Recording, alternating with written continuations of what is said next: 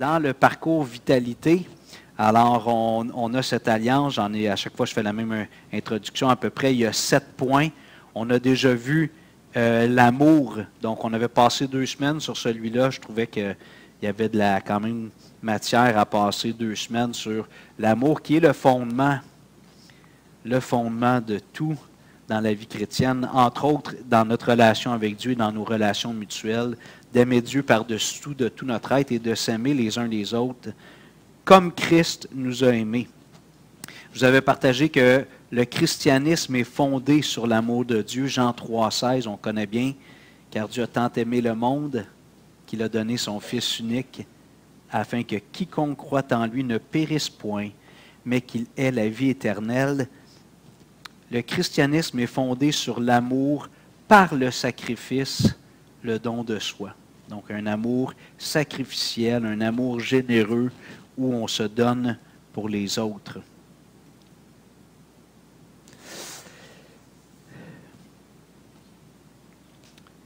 Pierre nous dit qu'on doit avoir un amour ardent les uns pour les autres. Et le mot, c'est comme quelque chose qui n'a pas de limite, qui n'a pas de borne. Un amour ardent, un amour sans borne, les uns pour les autres. Et il ajoute dans la même épître, en reprenant le même terme, pourquoi? Parce que l'amour couvre une multitude de péchés.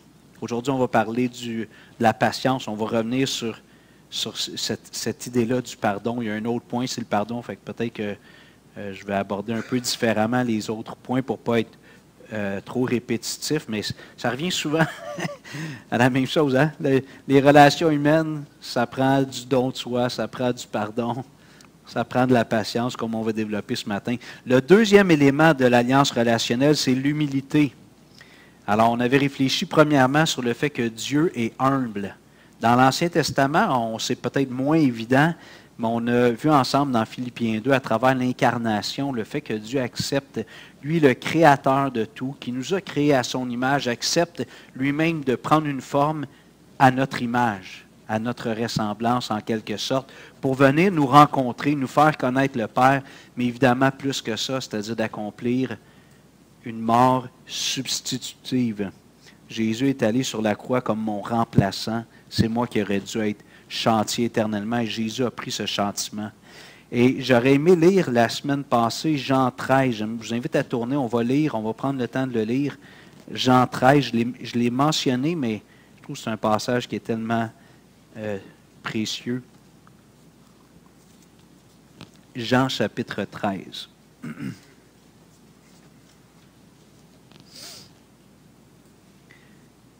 Versets 1 à 17.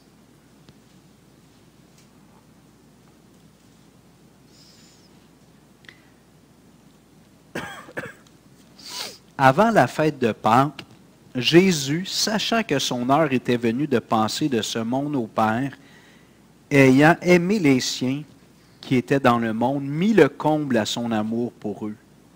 Pendant le souper, alors que le diable avait déjà mis dans le cœur de Judas Iscario, fils de Simon, le dessein de le livrer, Jésus, qui savait que le Père avait remis toutes choses entre ses mains, qu'il était venu de Dieu et qu'il s'en allait à Dieu, se leva de table, ôta ses vêtements et prit un linge dont il se ceignit. Ensuite, il versa de l'eau dans un bassin et il se mit à laver les pieds des disciples et à les essuyer avec le linge dont il était ceint. Il vint donc à Simon-Pierre et Pierre lui dit, « Toi, Seigneur, tu me laves les pieds? » Jésus lui répondit, « Ce que je fais, tu ne le comprends pas maintenant, mais tu le comprendras bientôt. » Pierre lui dit, « Non, jamais, Seigneur, tu ne me laveras les pieds. » Jésus lui répondit, « Si je ne te lave, tu n'auras point de part avec moi. » Simon-Pierre lui dit, « Seigneur, non seulement les pieds, mais encore les mains et la tête. » Jésus lui dit, « Celui qui est baigné n'a besoin que de se laver les pieds pour être entièrement pur. Et vous êtes purs, mais non pas tous. » Car il connaissait celui qui allait le livrer. C'est pourquoi il dit, « Vous n'êtes pas tous purs. » Après qu'il leur eut lavé les pieds et qu'il eut pris ses vêtements, il se remit à table et leur dit, « Comprenez-vous ce que j'ai fait? Vous m'appelez Maître et Seigneur, et vous dites bien, car je le suis. Si donc je vous ai lavé les pieds, moi le Seigneur et le Maître, vous devez aussi vous laver les pieds les uns les autres. car je vous ai donné un exemple afin que vous fassiez comme je vous ai fait. En vérité, je vous le dis, le serviteur n'est pas plus grand que son Seigneur, ni l'apôtre plus grand que celui qui l'a envoyé. Si vous savez ces choses, vous êtes heureux, pourvu que vous les pratiquiez. Intéressant, hein? Juste la dernière phrase ici qu'on vient de lire. Jésus on le voit dans le sermon sur la montagne à la fin avec l'homme qui bâtit sa maison sur le roc, l'autre qui bâtit sa maison sur le sable. Ce qui distingue les deux entendent, mais un des deux met en pratique.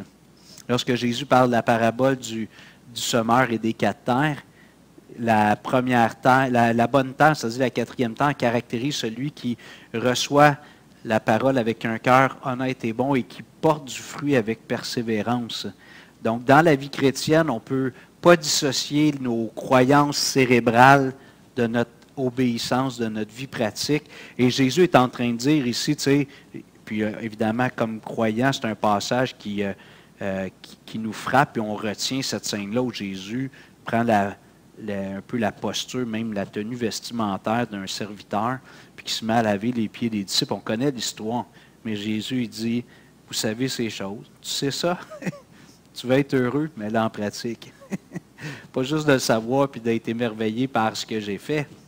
Fais la même chose avec tes frères et tes sœurs. Juste revenir quelques réflexions au début, si on revient au début.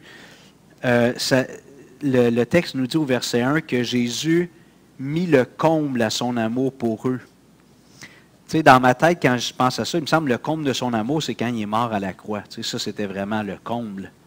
Mais Jésus est en train ici de démontrer ce qu'il va faire par une forme de leçon d'objet. Puis il est en train de montrer aux disciples comment ils doivent agir mutuellement les uns envers les autres. Mais quand Pierre lui dit au verset 6, « Toi, Seigneur, tu me laves les pieds. » Jésus lui répondit, « Ce que je fais, tu ne le comprends pas maintenant, mais tu le comprendras bientôt. » Et là, Pierre dit, « Non, jamais tu ne me laveras les pieds. » Pour lui, c'est inacceptable que Jésus se mette comme ça, puis à laver les pieds de Pierre.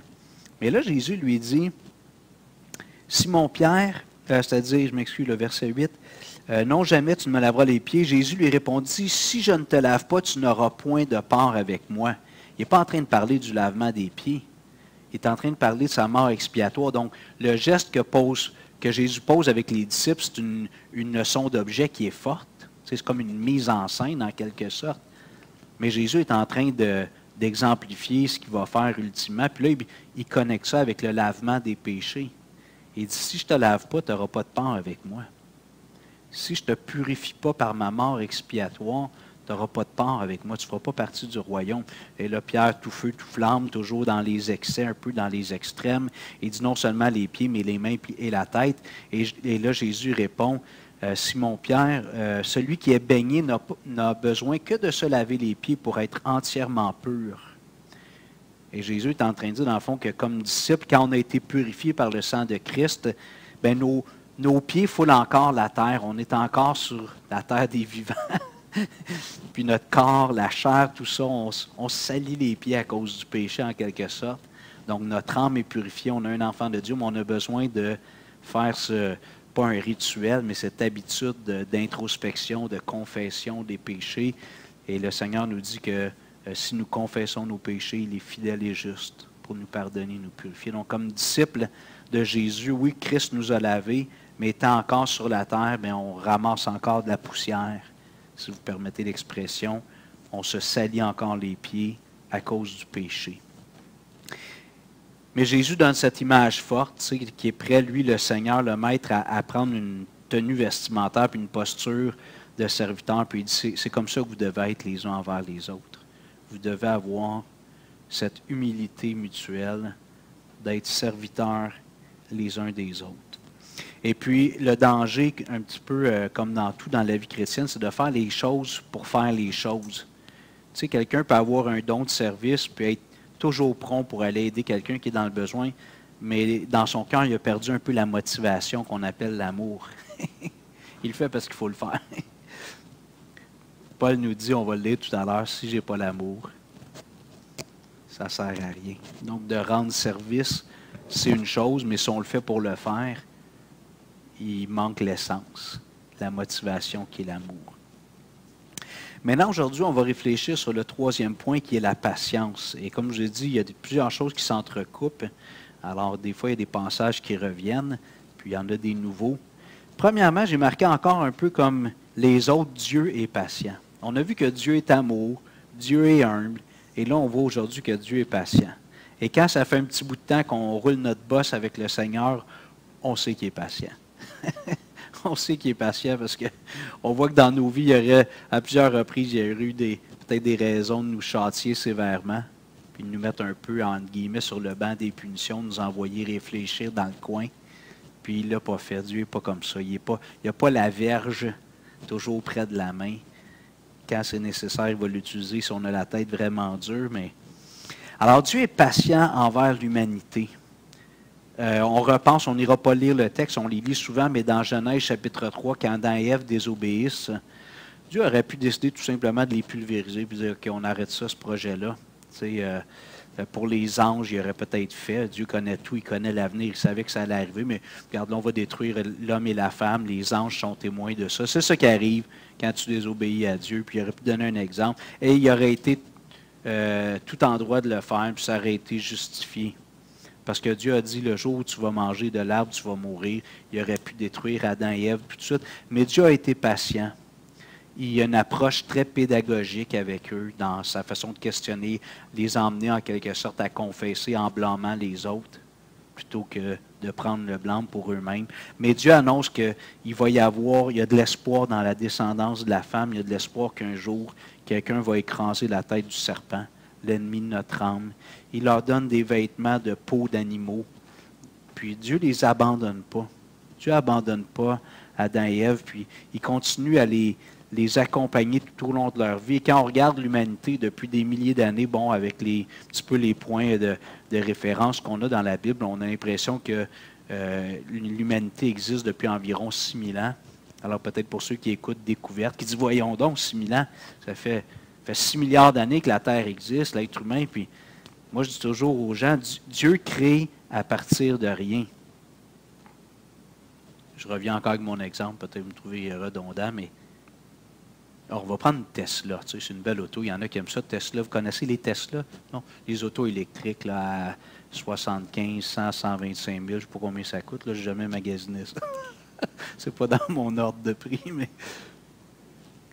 Je veux dire, je ne sais pas combien de temps ça prend à fabriquer une Tesla en usine, mais ça doit prendre à peu près une semaine, d'après moi. Ça prend près de un mois. Là. En tout cas, je ne sais pas ceux qui ont déjà visité des usines de voitures, mais ça roule. Là. Imagine qu'on prend une Tesla, c'est une belle voiture, puis on l'envoie dans les trucs qui écrasent toute la ferraille. Mais vraiment fort, on réduit ça en poussière finalement. Fait que la Tesla, elle rentre dans une boîte de 4x4. On met la poussière, comme les cendres dans une urne. On met tout ça dans la boîte 4x4x4. Puis là, on se pose la question, ça va prendre combien de temps avant qu'on ouvre la boîte puis que finalement la Tesla soit là, fonctionnelle. Je ne sais pas s'il y a des clés ou si c'est juste le doigt, là, mais en tout cas, il doit y avoir un système. On démarre la voiture. Tout le monde va dire que c'est impossible. Tu ne penses pas qu'après 1 milliard d'années à rouler la boîte, on ne pourrait pas l'ouvrir un moment donné et avoir une Tesla, tu sais. Tout le monde va dire non. Et moi, je dis aux gens, je ne comprends pas pourquoi que vous vous obstinez à nier le fait qu'il y a quelqu'un au-dessus de nous qui nous a créés. Et quand tu mets Dieu dans l'équation, Dieu crée à partir de rien. Qu'une Tesla vienne à, pas à exister, là, mais vienne à fonctionner juste au fil du temps, c'est illogique. L'être humain, c'est la même chose. OK. Petite parenthèse. Alors, Dieu a créé l'homme et la femme. Il a créé un univers mature. Il a créé Adam adulte. C'était pas un petit bébé qui a comme dorloté pendant 25 ans. Là. Ève, même chose à partir de la côte d'Adam. C'était une femme. Adam n'a pas pris soin de son bébé-femme pendant 25 ans. Il a créé un homme, une femme mature. Et Dieu fait ça. Maintenant, si on regarde l'histoire de l'humanité depuis des milliers d'années, on voit Dieu qui ne lâche pas l'être humain. Il continue à intervenir envers nous. Évidemment, l'incarnation de Jésus, la venue de Jésus il y a 2000 ans, c'est formidable. peut-être 4000 ans à voir l'être humain s'auto-détruire, rejeter Dieu, se détruire mutuellement. Dieu est patient envers l'être humain. On voit la tour de Babel. Dieu avait dit à Adam et Ève, la mission de l'humanité, c'est de se multiplier et de remplir la terre. Qu'est-ce qu'ils font, eux autres? Ils veulent rester ensemble. Ils ne veulent pas faire ce que Dieu leur dit. Dieu veut que l'être humain se multiplie, remplisse la terre, portant l'image de Dieu, que la connaissance de Dieu se répande sur toute la terre. Il dit non, on reste ici. Et ils se font une tour qui est un sujet d'orgueil, comme s'ils s'élèvent à la place de Dieu, jusqu'à Dieu. Et qu'est-ce que Dieu fait? Il ne les détruit pas. Bon, il y a eu le déluge où Dieu a failli faire le grand ménage complet, mais il a quand même laissé un reste, un espoir avec Noé. Babel, Dieu laisse l'humanité vivre, fait juste confondre les langues. Et là, les êtres humains, puisqu'ils n'arrivent plus à se comprendre comme avant, ils se dispersent. Donc, Dieu exerce un jugement, mais pour que son plan de multiplication puis de remplir la terre s'accomplisse. Envers Israël, quand on lit l'histoire d'Israël, les juges, même les rois, tu sais. Je me souviens, la première fois que je lisais la Bible, je disais, ils sont bien cabochons. Non, mais tu sais, Dieu les aime, puis dès qu'il a le dos tourné, ils font des âneries. Tu sais, Moïse, il est 40 jours sur la montagne. Il dit à Aaron, tu sais, fais-nous un Dieu. Puis Aaron, après ça, pour s'excuser, il dit, ils m'ont donné de l'or, j'ai jeté ça dans le feu, puis il est sorti un veau d'or. Tu sais, on tue innocent, tu sais. Ben, on ferait pareil probablement, mais je me dis, je ne m'en revenais pas après ça, les juges, les cycles de décadence, les rois, tous les rois du nord d'Israël ils font rien de bien. Les rois du sud, de 1 sur 2, à peu près 1 sur 3, reviennent à Dieu, marchent avec Dieu. Et pourtant, Paul dit dans Romains 10, 21, en citant Ésaïe, mais au sujet d'Israël, il dit, j'ai tendu mes mains tout le jour vers un peuple rebelle et contredisant. Et Dieu a donné une leçon de choses encore incroyable avec, vous vous souvenez du prophète Osée? Dieu lui dit, tu vas aller te promener sur la rue, puis les filles qui font le trottoir, là, tu vas en prendre une, puis ça va être ta femme. Je suis content que le Seigneur ne m'ait pas dit ça. Il fait ce que le Seigneur il dit. Souvent, avec les prophètes, il donnait des leçons par la vie du prophète. Puis finalement, elle va toujours vers d'autres hommes. Gomer. Puis lui, il la reprend. Puis Dieu dit, je suis comme ça avec Israël. Je t'ai pris, puis tu étais comme nu dans un désert, tu sais, comme abandonné, puis je t'ai pris, je t'ai aimé, je t'ai fiancé, je t'ai marié, puis tu cours toujours après d'autres hommes. Puis je suis encore là quand même. Ça, c'est la patience de Dieu envers l'humanité. Et Israël, j'aime toujours me dire qu'Israël, c'est un échantillon de l'humanité. Parce que Dieu les a vraiment dorlotés, Israël. Il a pris soin d'eux autres. Il les a bénis de façon incroyable. Puis malgré ça, il trouve toujours le moyen de s'éloigner de Dieu. On est comme ça, les êtres humains. Tu sais, des fois, les gens disent, si Dieu existait, je voudrais qu'il se montre à moi, qu'il se révèle à moi. Puis là, je croirais. Jésus était sur terre, faisait des miracles à pelleter. Il ressuscitait des morts. Puis les gens ne voulaient rien savoir de Jésus. Fait que, tu sais, je pense qu'on ne connaît pas bien la profondeur, la laideur de notre cœur pour parler ainsi. Ça prend l'œuvre du Saint-Esprit pour réaliser ça. Je vais vous inviter à tourner avec moi dans Ésaïe 55. On va lire quelques passages relativement longs aujourd'hui, des lectures un peu commentées. Un beau chapitre. André, il me semble que tu me parles souvent d'Ésaïe 55. Oui, hein? Ésaïe 55.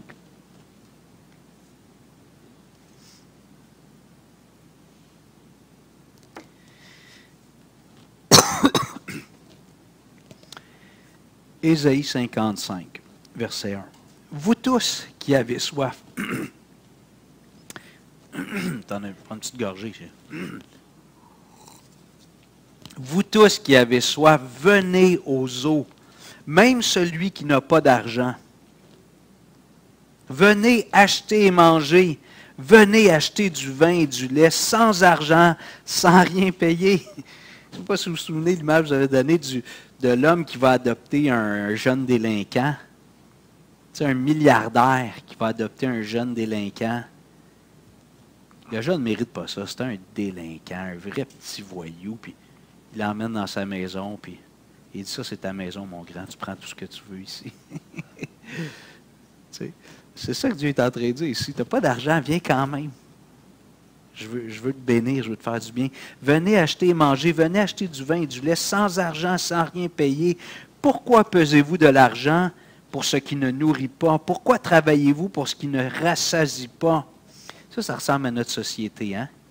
Comme disaient, je pense que c'était mes aïeux, ils disaient, les gens courent toujours. Comment ils disaient, non? Ah, je me souviens plus. Oui, mais ils courent sans savoir où aller. Je ne me souviens pas de la phrase, je m'excuse.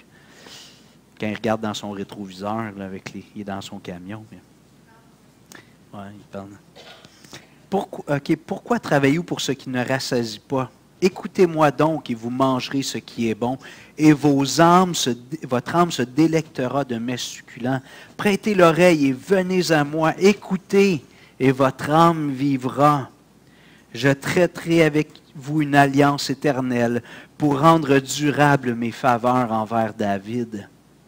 Voici, je l'ai établi comme témoin auprès des peuples, comme chef et dominateur des peuples. Voici, tu appelleras des nations que tu ne connais pas, et les nations qui ne te connaissent pas courront vers toi. Il parle du Messie, là, ici, c'est merveilleux, la descendance de David.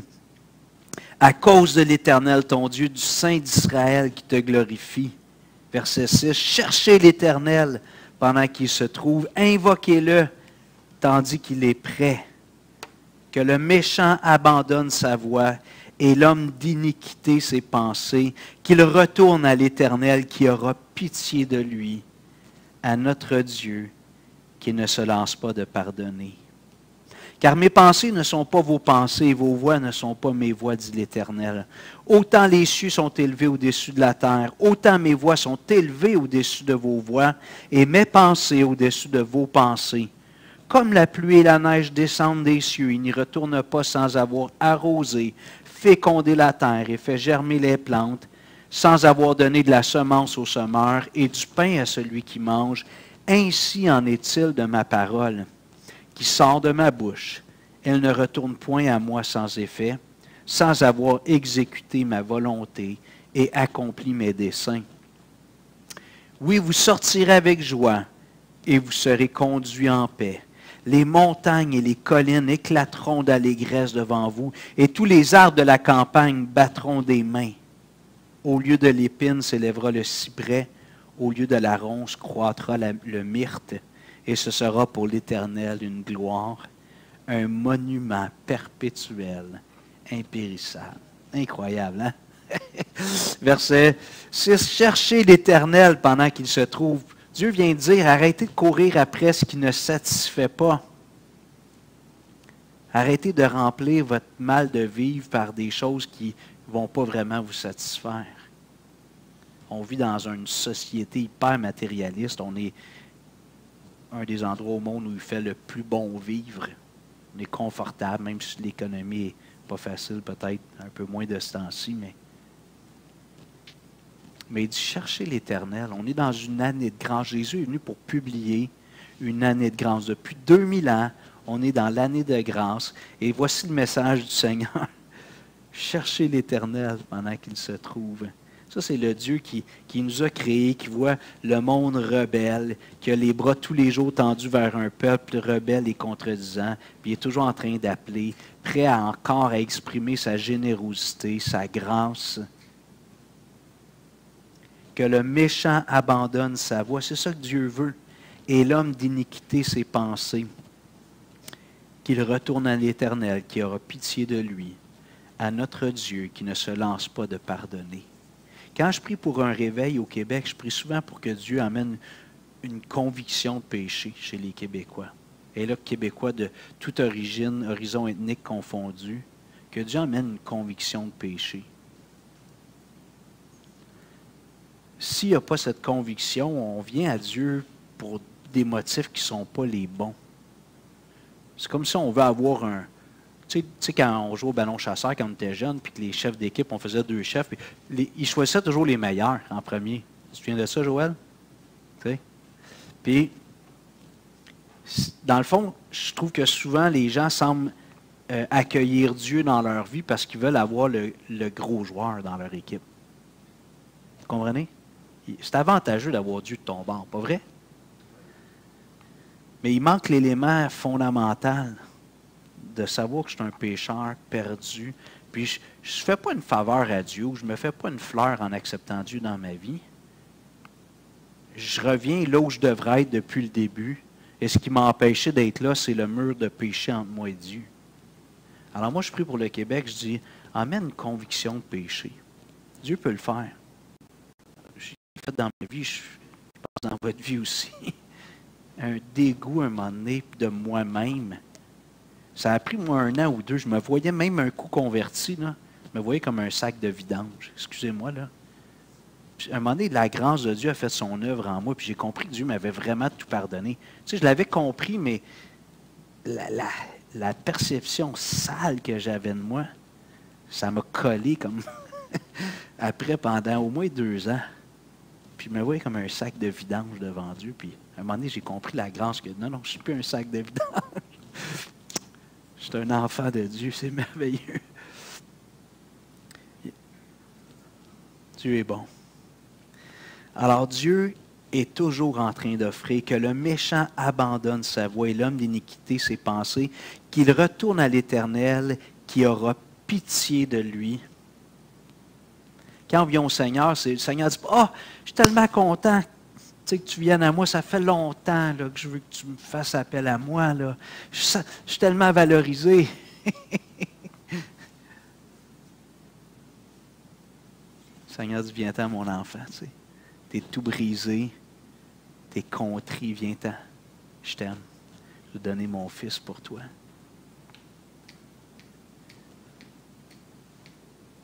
Et il ajoute à notre Dieu qui ne se lasse pas de pardonner. Dieu ne se lasse pas. Se lasser, ça veut dire être tanné. Hein? Je suis comme tanné. Ah, tu me lasses. On ne dit pas ça tellement dans notre français quotidien, mais je suis tanné de pardonner. Et Satan mettait ça dans ma tête des fois. Quand j'étais dans mes 2 années sac de vidange, là, je revenais au Seigneur demander pardon encore pour des péchés. Le soir, je faisais mon inventaire spirituel. Puis là, je disais, oh boy, j'ai eu des mauvaises pensées. J'ai manqué de zèle. Je faisais, puis là, Satan me disait, arrête, Hugo. Tu es tanné, là. Toujours le même refrain à tous les soirs. J'ai encore péché. Le Saint-Esprit me disait, non, Hugo, continue. C'est de la bonne chose. Je ne me lasse pas de pardonner. Si nous confessons nos péchés, il est fidèle et juste. Et c'est ça que Satan voulait que je croie que Dieu, finalement, il ne voulait plus m'accueillir. Il était tanné d'Hugo.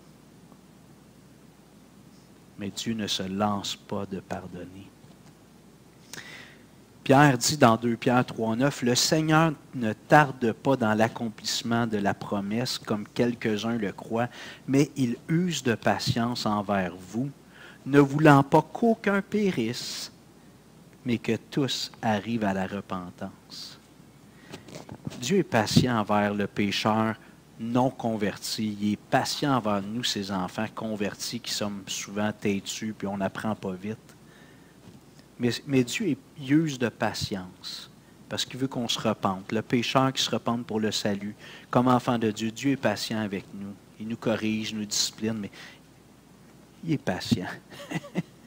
Comme je disais tantôt, il n'y a pas la vierge de correction toujours dans la main du Seigneur. Il est probablement bien loin, dans le fond. Une fois de temps en temps, il est obligé de prendre la tapette puis nous corriger. Je ne sais pas comment appeler ça, la banane, je pense. Il y en a qui ont connu ça, la banane avec les religieux. C'est une affaire en cuir, je pense. Le Seigneur va chercher la banane quand c'est vraiment nécessaire. Après avoir attendu longtemps, il va aller chercher la banane. Mais il va prendre plein de mesures pédagogiques avant d'aller chercher l'outil disciplinaire. Dieu est amour, et j'aimerais qu'on voit comment Paul définit l'amour. 1 Corinthiens 13, s'il vous plaît. 1 Corinthiens 13.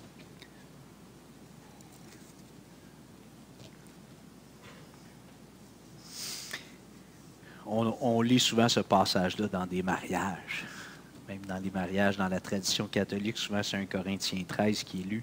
Puis, c'est avec raison, parce qu'il faut qu'un mariage soit fondé sur l'amour biblique pour être un succès. Mais, Évidemment, Paul ne l'a pas écrit pour les mariages, ce chapitre-là. Il l'a écrit pour l'Église locale, pour les chrétiens de Corinthe qui manquaient beaucoup d'amour mutuel, qui étaient très égocentriques dans leur façon d'interagir les uns avec les autres. 1 Corinthiens 13, verset 1. « Quand je parlerai les langues des hommes et des anges, si je n'ai pas l'amour, je suis un airain qui résonne ou une cymbale qui retentit. » Tu fais juste beaucoup de bruit, c'est ça qu'il dit. Si tu n'es pas motivé par l'amour, là, puis tu parles, puis tu parles, puis tu parles, tu fais juste beaucoup de bruit. Pour Dieu, c'est juste du bruit ce que tu fais. Et quand j'aurai le don de prophétie, la science de tous les mystères et toute la connaissance, quand j'aurai même toute la foi jusqu'à transporter les montagnes, si je n'ai pas l'amour, je ne suis rien. Ah, tu prêches, t'enseignes la parole de Dieu. Tu as la foi que Dieu va faire des grandes choses. Mais il dit, si tu n'as pas l'amour, ça ne sert à rien. C'est juste un spectacle, c'est du divertissement. Et quand je distribuerai tous mes biens pour la nourriture des pauvres avec Chapi Chapo, on fait ça avec Chapi Chapo, on veut aider notre communauté, c'est merveilleux.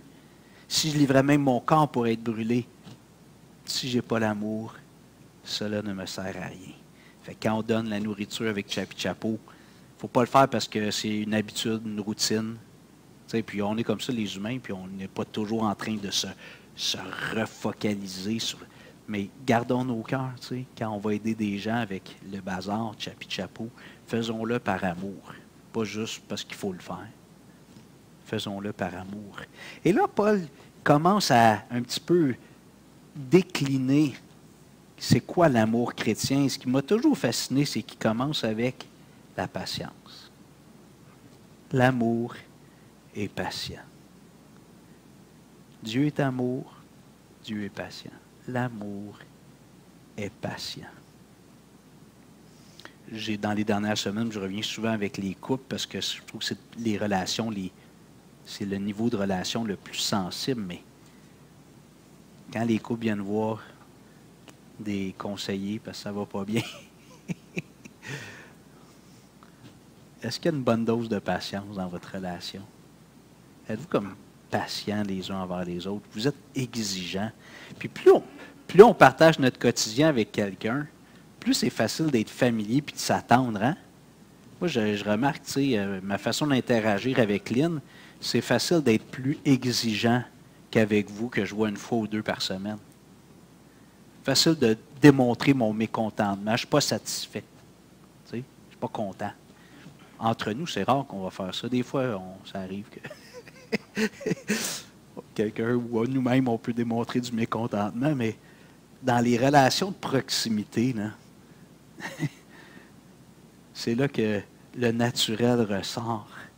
L'amour est patient. Et il est plein de bonté. Et je pense que c'était John MacArthur. J'avais beaucoup aimé là, quand j'avais fait une petite étude sur ce passage-là. Il avait dit, la patience, c'est de ne pas rendre à l'autre ce qu'il doit. La réprimande, le châtiment. La patience, c'est ça, c'est de voir l'autre imparfait en face de moi, maladroit, pécheur, puis de pas me mettre en mode législatif. Tu as fait une faute, puis on note. Hein? André, il y a un calepin, mais c'est pas pour marquer ça, hein, André? Marque les requêtes de prière. C'est bon, André. Tu n'as pas deux calepins, il me semble. Tu n'en as pas deux. Okay. Et l'amour est plein de bonté. Et là, MacArthur disait, ça, c'est le contraire, c'est de donner à l'autre ce qu'il ne mérite pas. La patience, c'est de ne pas lui redonner ce qu'il mériterait, la réprimande, le châtiment. Puis la bonté, c'est de lui donner ce qu'il ne mérite pas. Il ne mérite pas, mais tu lui donnes quand même. Et quand on dit ça, là, c'est mutuel, évidemment, c'est réciproque. Là. Il n'y a personne qui est comme le patient puis le bon là, dans tout ça. Mais c'est ça qui doit nous animer les uns les autres. Et c'est pour ça qu'on appelle ça l'alliance relationnelle, d'être patient les uns envers les autres. Et Dominique m'a dit ça quand il m'a parlé de l'église de Rivière-des-Prairies. Il m'a dit, Hugo, c'est une église miséricordieuse. André m'a dit souvent, c'est vrai, vous êtes gentils avec nous. Ben, j'allais dire deux clowns, mais je vais dire un clown puis un homme sage. Vous êtes patient envers nous. On sent la patience, on n'est pas parfait. Puis je sens que cette culture-là, et c'est une belle marque de maturité spirituelle, mais on ne veut pas se contenter juste se donner une table. On veut continuer à grandir dans ça, d'être patient les uns envers les autres. L'amour, premier point que Paul mentionne comme premier élément qui définit l'amour est patient. Le mot grec que Paul utilise ici, c'est makrotuméo, c'est un verbe qui pourrait être traduit par persévérant aussi. Il y a un autre mot, on va le voir tantôt, il y a un autre mot dans le Nouveau Testament qui est traduit par patience en français, mais ça pourrait être traduit par persévérance. D'être patient en supportant offenses et injures des autres. C'est comme, pas d'endurer dans le sens québécois. Là. C'est endure, là, je l'endure depuis 25 ans, lui, là, c'est négatif. Mais d'endurer, de supporter les imperfections de mes frères, de mes sœurs, puis de garder la bonne attitude. De ne pas me laisser aigrir avec le temps, me détacher. Puis je me souviens à Rivière-du-Loup, souvent je dis aux gens, tu sais, je trouve que le piège qui nous guette, là, qui est le plus subtil, c'est l'indifférence dans l'Église, de devenir indifférent. Tu sais, on n'ira pas jusqu'au point de dire je l'haïs, puis critiquer, mais juste comme ne m'intéresse pas vraiment à lui ou elle. Tu sais, elle a dit des choses, il a dit des choses, il a fait des choses. Ça colle pas, j'aime pas ça. Et de devenir indifférent. Je trouve que c'est vraiment comme ratoureux puis pernicieux, l'indifférence. Donc, d'être persévérant en supportant les offenses, ça veut dire de continuer à aimer autant. Tu sais, les couples, qu'est-ce qui se passe souvent, là, les premiers mois, les premières années, là, il est donc beau, il est donc fait, tu sais. Il a trouvé la princesse, elle a trouvé le prince charmant. Après 5-6 ans, c'est plus le prince charmant. Finalement, un ogre. Ça se rend à 25 ans, là, aïe. Elle subit depuis 25 ans. Elle le subit depuis 25 ans. C'est pas ça, la persévérance relationnelle. C'est de continuer à s'aimer comme au premier jour, à cette heure que je connais tous ses défauts, à cette heure que je connais toutes ses faiblesses, je continue à l'aimer. Et un couple qui grandit bien fait ça. Une Église qui grandit bien pratique ça. On continue à s'aimer mutuellement, même si on s'est blessé des fois sérieusement peut-être. On continue à avoir un amour sincère les uns pour les autres, un amour ardent. Donc, le mot patience peut être traduit par persévérance. Toujours le strong, là, j'utilise la petite concordance strong. Être patient, lent à la colère, lent à punir. Et le mot tuméo, vient de deux mots. On a le mot en français macro. Tu sais, il y a macroéconomie puis microéconomie. Je ne sais pas si vous connaissez ça. On faisait ça au cégep. Microéconomie, c'est regarder comme un microscope. C'est aller voir les détails. La macroéconomie, c'est regarder l'économie de façon globale, de prendre beaucoup de recul, de regarder comme de loin puis d'avoir une vue d'ensemble. Donc, c'est quelque chose qui est loin. En grec, macro, c'est quelque chose qui est loin dans le temps, qui dure longtemps, ou physiquement qui est éloigné. Okay? Donc, c'est l'idée de long, de loin. Et thumos, c'est la passion. Souvent, c'est un mot qui est négatif, mais c'est la passion, c'est la chaleur. Alors, la meilleure façon de traduire le mot, il y a un angle ou l'autre, c'est peut-être de dire d'avoir un amour ardent, une intensité qui dure longtemps. Ou encore peut-être de supporter la chaleur longtemps en restant engagé. J'en ai parlé l'autre fois, on va aller lire Matthieu 18, s'il vous plaît. La question vertueuse de Pierre. Matthieu 18, 21.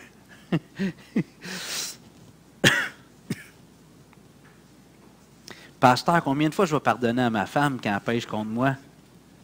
Sera-ce jusqu'à 7 fois le jour? Pas 3 fois, 7 fois.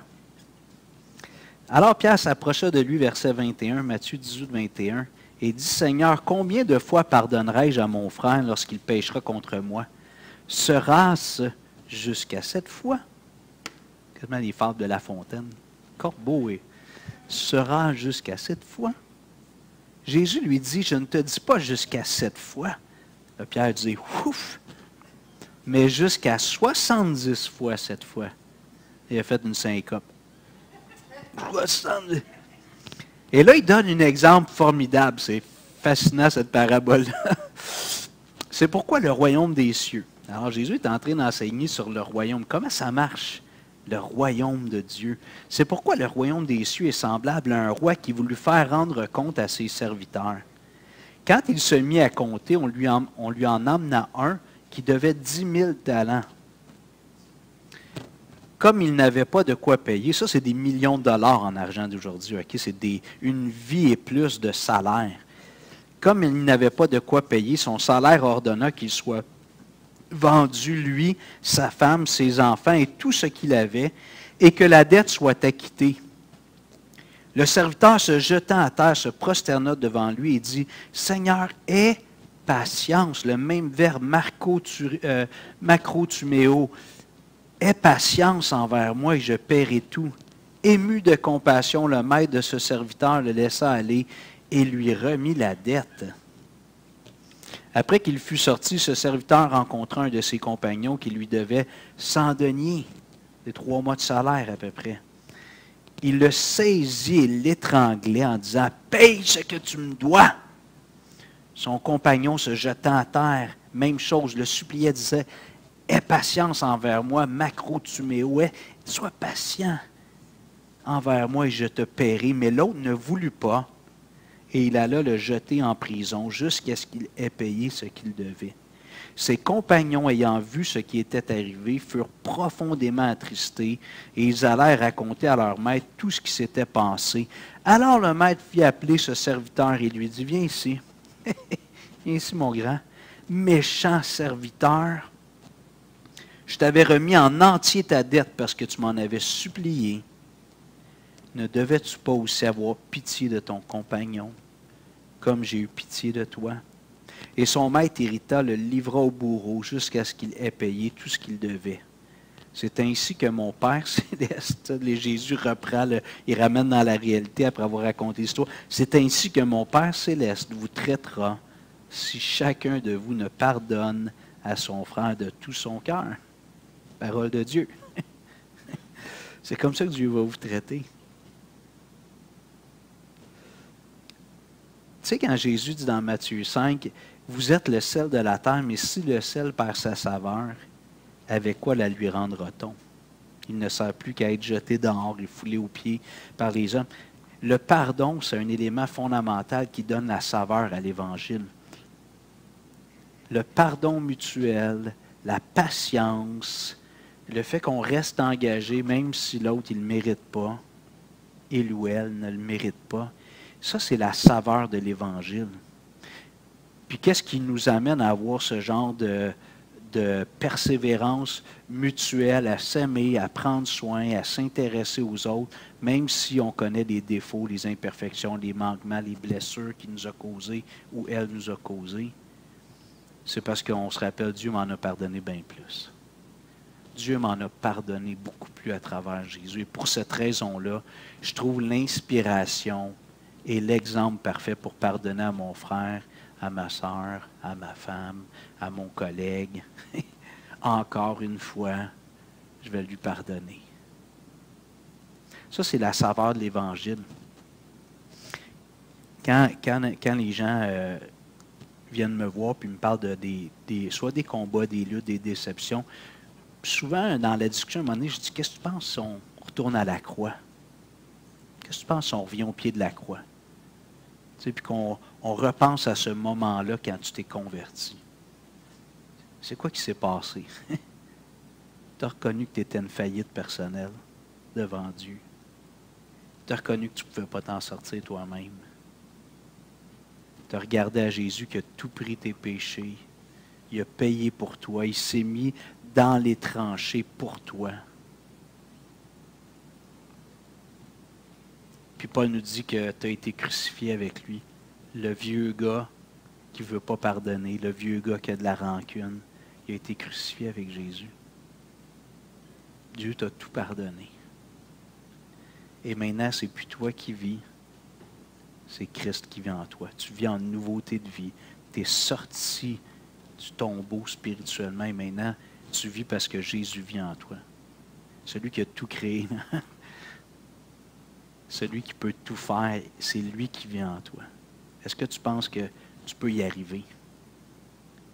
Fait que si c'est une question de pardon, ben là, on se rappelle que Dieu nous a pardonné. Je trouve qu'à la croix, tout est réglé.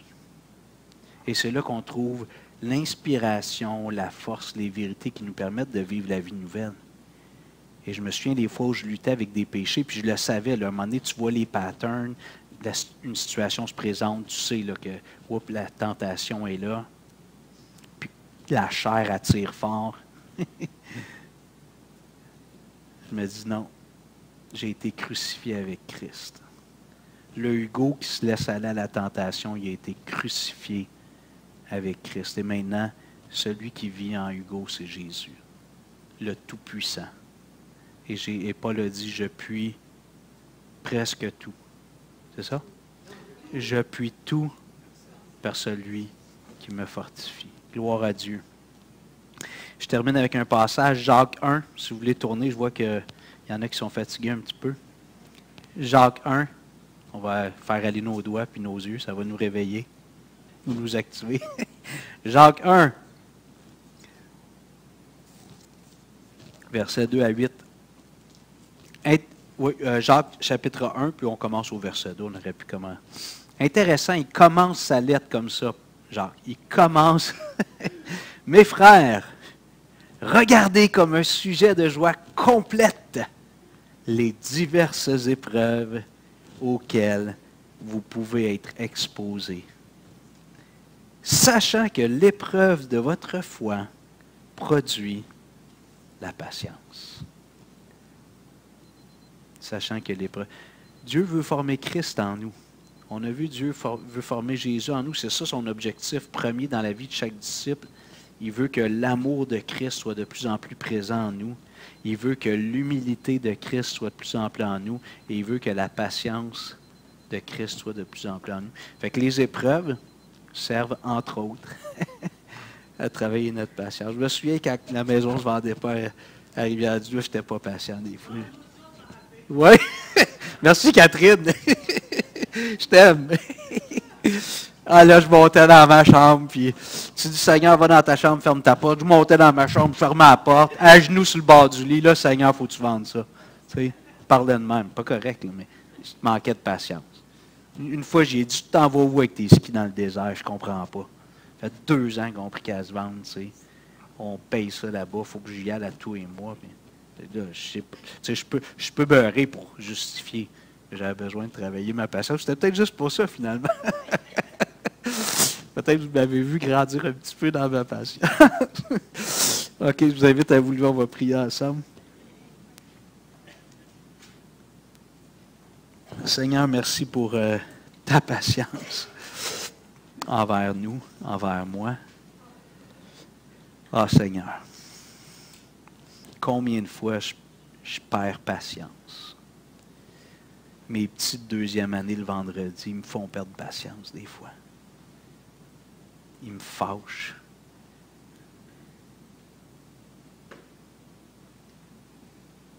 Des fois, c'est des relations de proximité, mon épouse, mes enfants, les frères, les sœurs.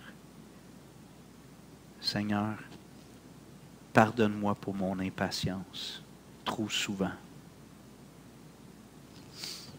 Et je te prie de m'aider à être comme toi, Seigneur, à avoir la même générosité, le même accueil, les bras ouverts, tout le temps. Même quand la personne en face de moi ne mérite pas cet accueil, cette générosité affective. Aide-moi à être comme toi, Seigneur. Je te prie en même temps, comme j'ai partagé tantôt pour le Québec, je te prie pour les gens au Québec, au Canada, que tu descendes par ton esprit et que tu produises comme une terreur de l'Éternel. On voyait ça dans l'Ancien Testament. Ton esprit venait créer une anxiété. Les gens avaient peur de l'Éternel, puis ils fuyaient. Des fois, ils tournaient l'épée les uns contre les autres, complètement désorientés. On te prie, Seigneur, de visiter la belle province, le pays du sirop d'érable. Visite notre pays, notre province, notre ville. Que les gens soient convaincus qu'ils sont dans le trouble devant Dieu et qu'ils cherchent la solution. Et donne-nous d'être vigilants pour annoncer l'Évangile sans arrêter, en parole, en action. À toi soit la gloire, notre Dieu, au nom de Jésus. Amen.